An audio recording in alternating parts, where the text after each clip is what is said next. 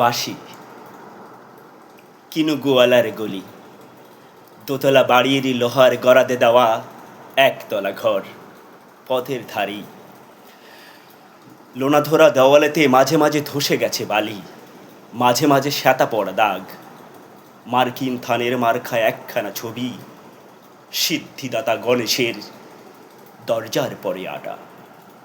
আমি ছাড়া ঘরে থাকে আরেকটা জীব, এক ভাড়াতেই, সেটা টিকটিকি। তফাৎ আমার সঙ্গে এই শুধু, নেই তার অন্যের অভাব। বেতন 25 টাকা, সদাগরি অফিসের কনিষ্ঠ প্রাণী, খেতে পাই দত্তদের বাড়ির ছেলেকে পড়িয়ে। শিয়ালদা স্টেশনে যাই, সন্ধ্যেটা কাটিয়ে আসি। আলো জ্বালাবার দায় বাঁচে, ইঞ্জিনের ধস ধস, বাঁশির আওয়াজ, যাত্রীর ব্যস্ততা, কুলির হাঁকাহাঁকি। 10:30 বেজে যায়। তারপর ঘরে এসে নিরালা নিঝুম অন্ধকার। ধলেশ্বরী নদী তীরে পিসিদের গ্রাম, তার দেওরের মেয়ে অভাগার সাথে তার বিবাহের ছিল ঠিকঠাক। লগ্ন শুভ নিশ্চিত প্রমাণ পাওয়া গেল, সেই লগ্নে এসেছি পালিয়ে। মেয়েটা তো রক্ষী পেল, আমি তথৈব চ।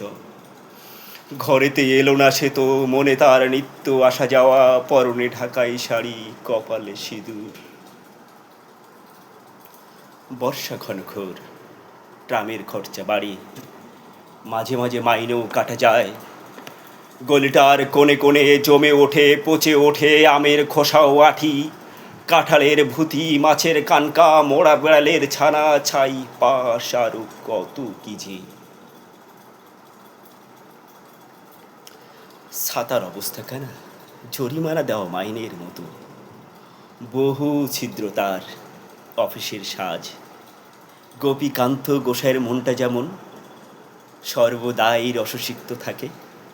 বাদলের কালো ছায়া স্যাঁতসেঁতে ঘরটাতে ঢুকে কলে পোড়া জন্তুর মতো মুচ্ছায় অসাড়।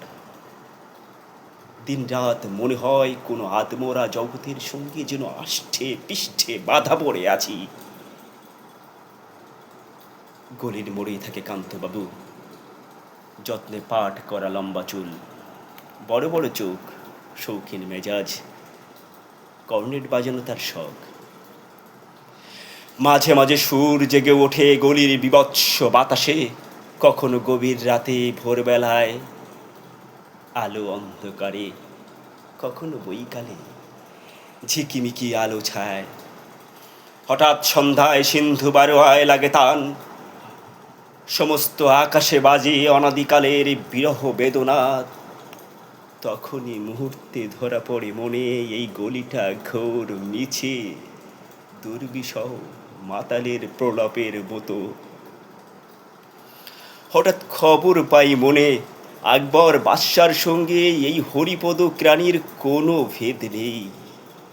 বাঁশির করুণ ডাকবে, ছেঁড়া ছাতা রাজ ছত্র মিলে চলে গেছে এক বৈকণ্ঠের দিকে।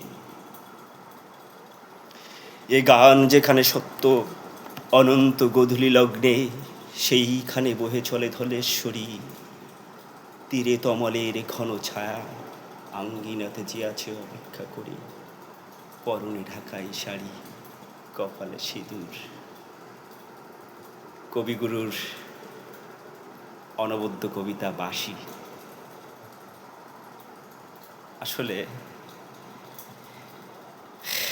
একটা মানুষের জীবনের কি স্বপ্ন, একটা যুবকের স্বপ্ন, এবং সে যদি হয় ছাপোষা প্রাণী, তাহলে তার প্রিয়তমা লগ্নভ্রষ্ট হয়ে যাওয়া তার নিয়তির মতোই ভাগ্যবান। নিয়তিকে ভাগ্যবান আর মনে করে। কি অসাধারণ কবিতা। ভালো থাকবেন সবাই, নমস্কার।